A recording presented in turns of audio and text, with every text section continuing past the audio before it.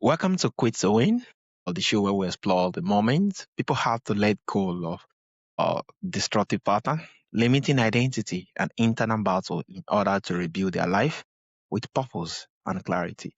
Today's guest is Rosie Zilinskas, a certified high performance coach, keynote speaker, certified story brand guide, host of No Woman Left Behind podcast, and the creators of the Articulate Gap framework. After 32 years in corporate America, Rosie was laid off, but she made it final to the final round of the COO position.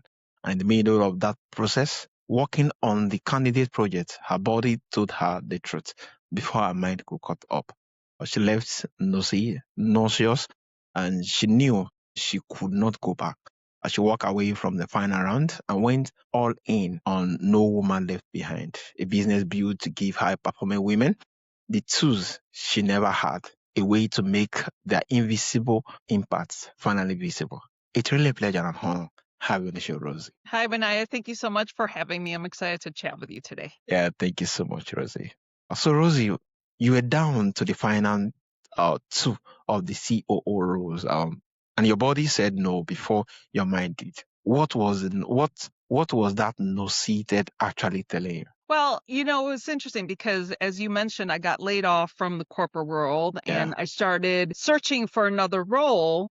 And I was selected as one of two finalists for that chief operating officer position. And they had us work on a project. And when I started working on the project, I got nauseous.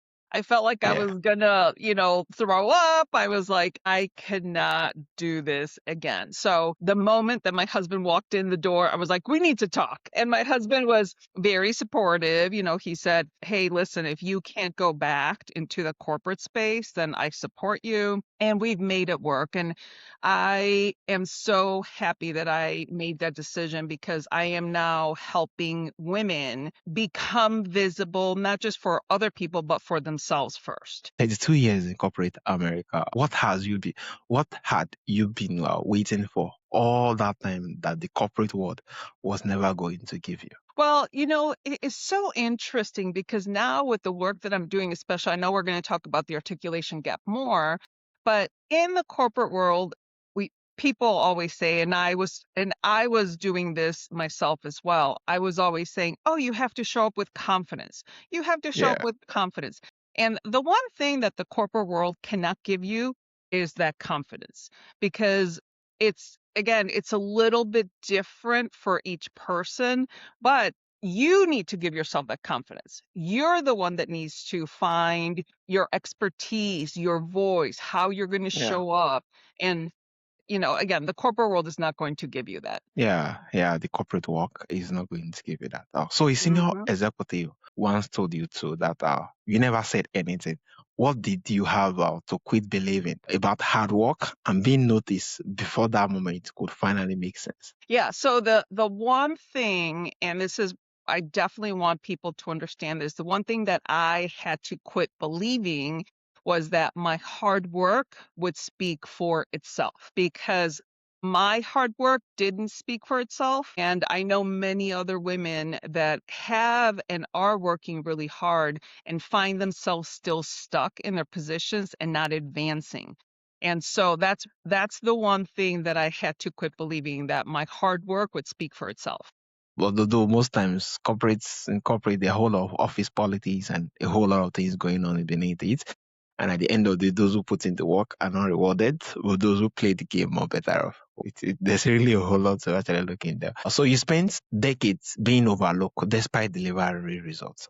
What identity was wrapped up in being the high performance who kept waiting, and what did quitting that roles required? Well, I think one of the biggest things is, and a lot of women are socialized where you have to just work hard and wait for your turn.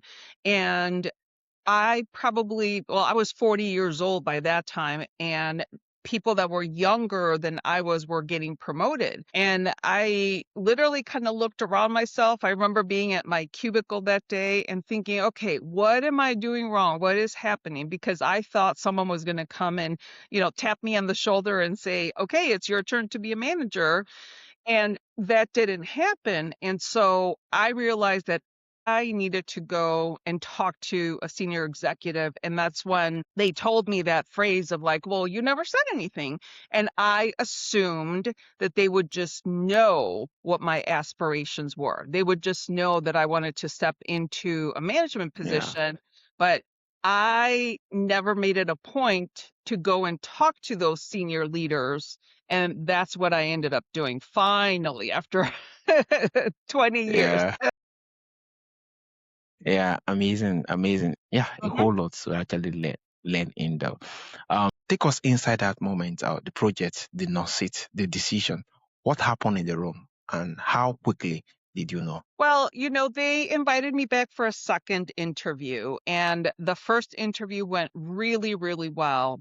And when they invited me back for that second decision or that project, and when I finally reached out to them and I said, this really isn't for me, they were very disappointed because they thought that I was going to be one of the perfect candidates to step Mm, into that role. But at the same time, when I told them my decision of you know what, I'm sorry, this is not the right thing for me. I knew that I was doing the right thing for myself, for my family, and I felt really good about that. A lot of times, I think we take these opportunities because they're lucrative, they're going to give you a lot of benefits and things, but at the same yeah. time, they kind of cage you and I did not want to be on someone else's timeline. So I felt really good about the decision at the end of the day. Amazing. And I'm glad that you did. If not, we wouldn't have having this conversation we're having Hmm. here today. Yeah, thank you so much. Oh, yeah, for sharing. You distinguish between task language and impact language. What's the difference? And why do so many high performing women default to describing what they do rather than what it produces? Yeah, so that's part of the articulation gap. The articulation gap, the very first thing of the articulation gap is having that clarity of how you contribute to your organization. Mm, But we are trained to kind of do a list of things like I manage a book or the books. I will help people with training. I will be responsible for the applications. Whatever your tasks are, you just list out the tasks, but we're not listing the change that we bring by doing those tasks. And I have been reviewing resumes for many years. And one of the things that, as a resume professional, you are looking for the evidence that people are contributing. And if you don't see those metrics, it's really hard for you to walk into an interview or a performance review and saying, hey, you know what? I have increased revenue by 30% in 2 months time frame. So my teaching of my clients is take those accomplishments that you've done and find a way to show the proof or the evidence that you are contributing to the goals of the organization. So instead of just listing all these things that you do, you need to transform them or translate them into those objectives and those goals that the leadership is really interested in. So I have a free the Impact Clarity AI. It's a custom GPT that I created, and that's free. The link is on Podmatch, so you can certainly share that with your audience. But it really drills down on, you start big and then you start giving it more and more information, and the custom GPT helps you determine how you can show that impact. Because when you speak in that impact language, you have a lot more validity, yeah. authority, and then you show up very assertive. And all of that gives you confidence. And so confidence is just a small portion of it, but that's what happens when you start speaking in impact versus tasks. Yeah, a whole lot. Yeah, amazing. Thank you so much for sharing. So your framework is built around our three pillars, which is our clarity, composure, and conviction. Walk us through each one, and what does it look like when a woman is missing just one of the three? Yeah, so they're interconnected. The framework, you really can't have composure or conviction without the clarity, and you can't have the other two. So the clarity is kind of what I just said. Once you're clear on your impact, then that's the kind of the first pillar.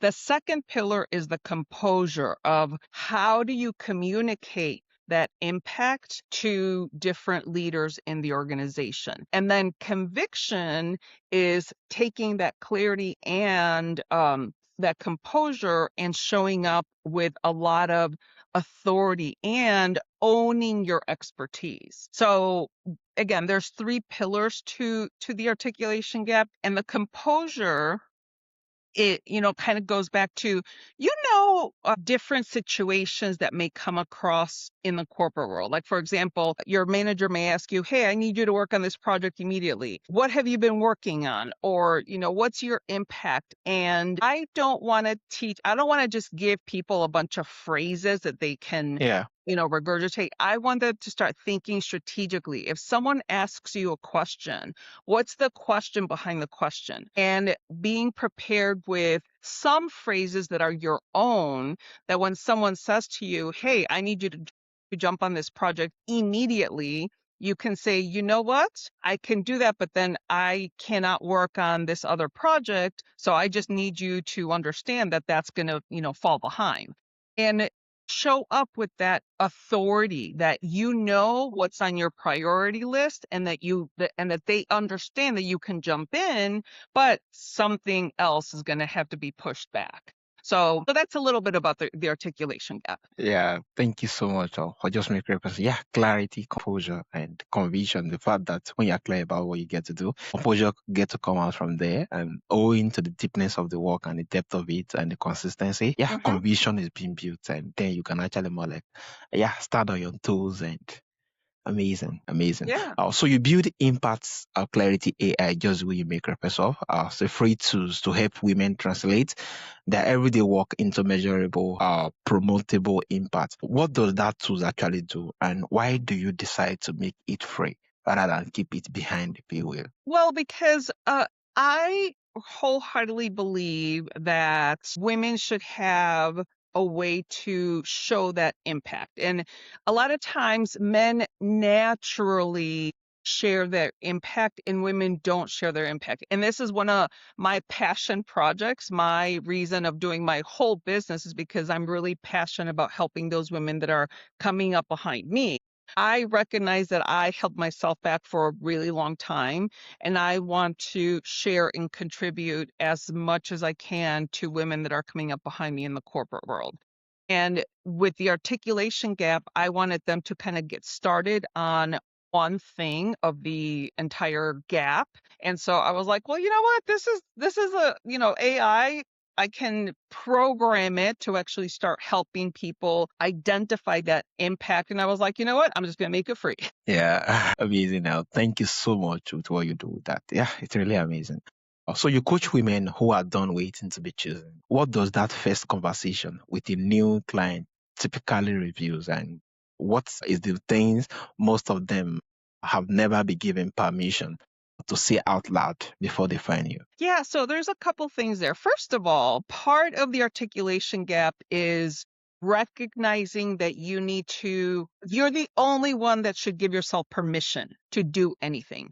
You really shouldn't be asking for permission even from your boss, because you're an adult. You know what is in your best interest. You might ask advice from them, but you shouldn't have to ask permission to work in a project or things like that. And as far as the high performance coaching, what I do when someone's looking for high performance coaching is we have a full hour strategy call, and we start going through a variety of ways that they may be holding themselves back, and all in the realm of how does this show up in the articulation gap? Because inevitably, any one topic that we're talking about, like, for example, we'll talk about energy, we talk about clarity, we talk about influence, persuasion. So we have a variety of themes that we talked about. And so each theme, there's some little piece of the articulation gap that falls in that. So we kind of go through these different topics. I ask a lot of questions, and then as they're answering, I know, okay, let me go back to that one thing and let's talk more about this particular item. Like, for example, I had a client and she said, my little job. And I was like, whoa, hold on. Like, why did you say my little job? Little job. Yeah. And a lot of times we women, we diminish ourselves, we minimize ourselves, we make ourselves small without even realizing it. So part of it is some limiting beliefs, but part of it is that they don't know how to position their impact with composure and conviction. Yeah, amazing, amazing. Thank you to what you do. Yeah, other than just then casually saying it's my little job, you help them reframe it and yeah, make them more like ensure their composure, which later on bets conviction. Amazing. Also, you speak nationally to finance, insurance, and corporate organization. When you are standing in front of a room full of high performing women, what is the moment you can see in their faces that tell you that the message is landing? Oftentimes is when I'll ask questions, I'll say, raise your hand if you ever felt like you should have said something in the room and you didn't. So a lot of times people like raise their hand. But oftentimes it's in the Q&A when people say to me, you were in my head. You were reading my thoughts. You represented how I felt exactly. So that's really rewarding to me when I know that I am speaking on behalf of how women are feeling about their jobs in the corporate world. And if I give them one or two ideas every time that I go and do a talk on how they can show up for themselves, then I have done a good job that evening. Amazing. And thank you so much for sharing. Also you host the No Woman Left Behind podcast. What conversation are you creating the corporate stage and coaching sections cannot fully hold? And who are you mostly trying to reach out with it? Yeah, I'm trying to reach out to those women that are in the corporate world that are high performers. They have already done a lot of work. They are probably in, the top like 10% or 20% of performers, but they are still feeling really stuck and they don't understand why. A lot of times it's like, I am doing all the things. I'm working on all these projects. And so those women that are already doing a really, really amazing job, but still feel stuck, those are the people that I'm talking to. And as far as the or the guests that I have, these women are typically leaders in corporations that have had a very long career, that are very successful. And I ask them, okay, what did you do? How did you do it? And what can my audience learn from you? And, just to give you an idea, I had one guest and I was talking to her and she's like, I was doing really well. I was working on many different projects. And when I talked to my manager about my performance review, they gave me an average rating. And she was super confused. So she went and talked to the manager about it and she asked, like, what is happening? And they said, well, you're working on a lot of things, but most of them don't matter for our goals and objectives. So that's one of the things that we talk about is like, you need to be aware of what your leadership is important to them so that you can focus your time on those things. Because, let's face it, we can be busy all day long, but we're working on the wrong things. And so it is very important for us so the articulation gap, I always say, is the distance between the impact you create and the impact that leaders recognize and reward. So Yeah, amazing, amazing. Yeah, the articulation just speak for them in here, being that, yeah, seeking clarity, not just more like when you get to see the output of it, instead of her just taking it to heart that, oh, it's average. I think I just need to do more, not knowing that in this case, more is not the reason, but narrowing down to the specific of what the rules demand.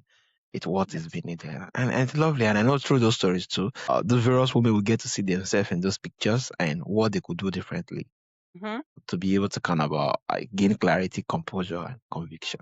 Yeah, amazing. Well, I did want to say a lot of this work is introspective because we we always are feeling like the permission is external.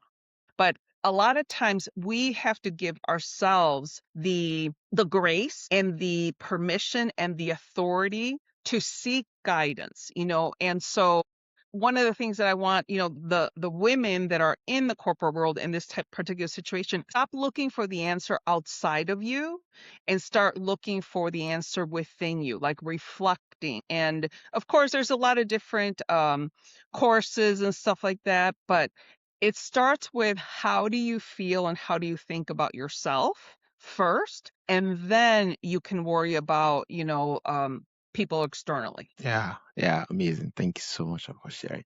So conviction is the third pillar of your framework, and Mhm. you are very clear that it's not the same with self-promotion. And what is the difference, and why does that distinction matter so much to women, to the women you work with who have been conditioned to stay small? Yeah, so conviction is really, it's kind of like that internal work of like owning your expertise, understanding that you are the expert of whatever your topic is.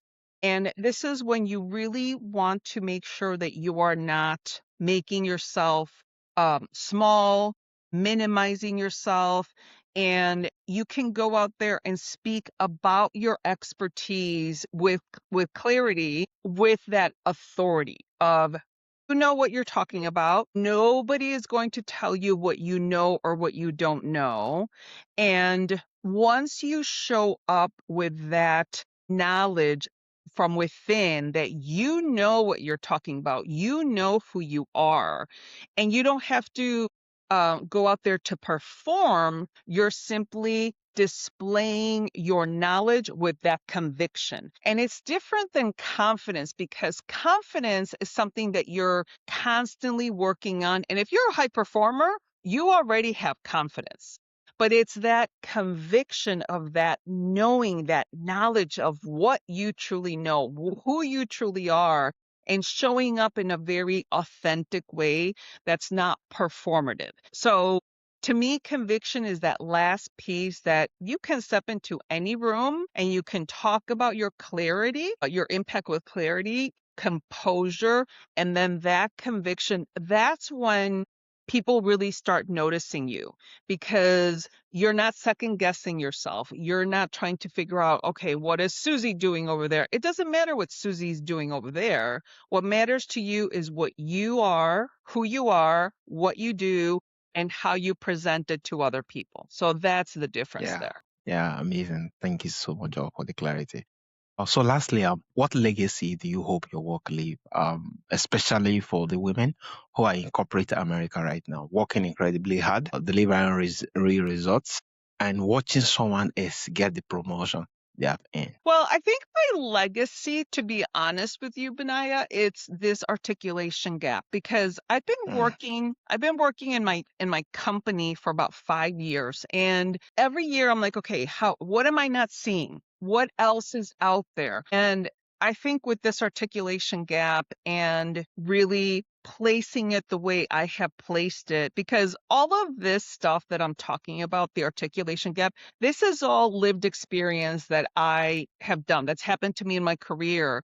It's things that have happened to my clients or to, some podcast guest.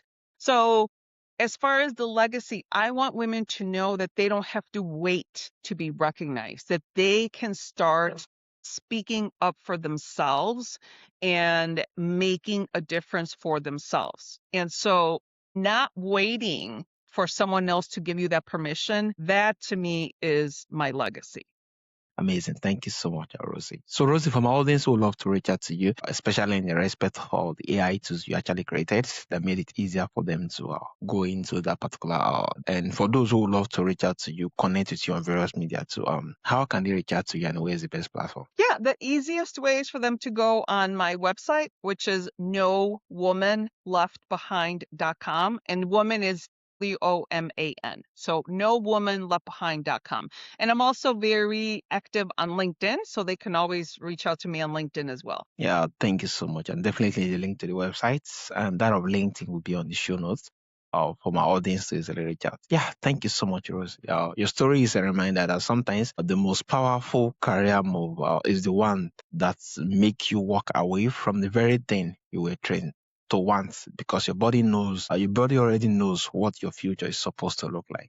Yeah, close your own articulation gap today and take back clarity tools that's going to be on the show notes. Once again, it's really a pleasure and honor have you on the show, Rosie. This was awesome, Benaiah. Thank you so much.